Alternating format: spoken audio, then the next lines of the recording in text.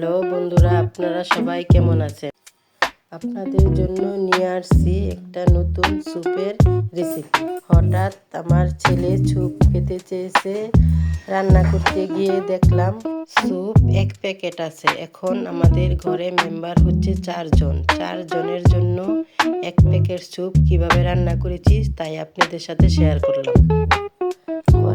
কড়াইতে কিছু গরম জল বসিয়ে দিলাম। তারপরে মাংসটা কেটে নিলাম। মাংসটা কেটে ভালো করে ধুয়ে জলেতে দিয়ে দিলাম। একটু সিদ্ধ হওয়ার জন্য জলে দিয়ে দিলাম। কিছু পেঁয়াজ কুচি করে নিলাম।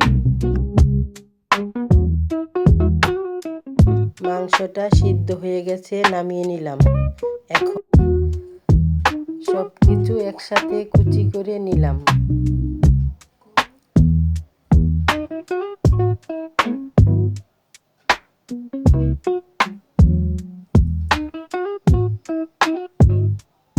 ডিম 2টা ভেঙে নিলাম। কর্নফ্লাওয়ার আর স্যুপ একসাথে করে গুলিয়ে নিলাম। এখন সব আস্তে আস্তে দিয়ে দেব। পেঁয়াজ কুচি দিয়ে দিলাম, কাঁচামরিচ কুচি দিয়ে দিলাম, আদা কুচি দিয়ে দিলাম, আগে থেকে মাংসটা কুচি করা দিয়ে দিলাম,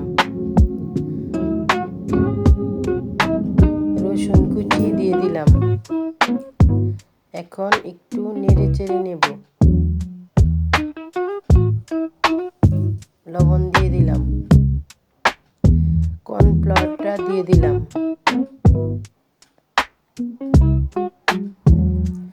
এখন ডিম 2টো দিয়ে দিলাম।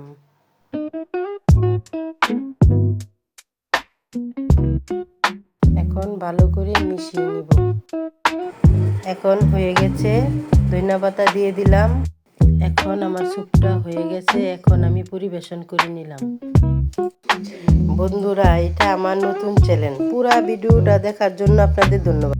সবাই লাইক, কমেন্ট, শেয়ার করে পাশে থাকবেন।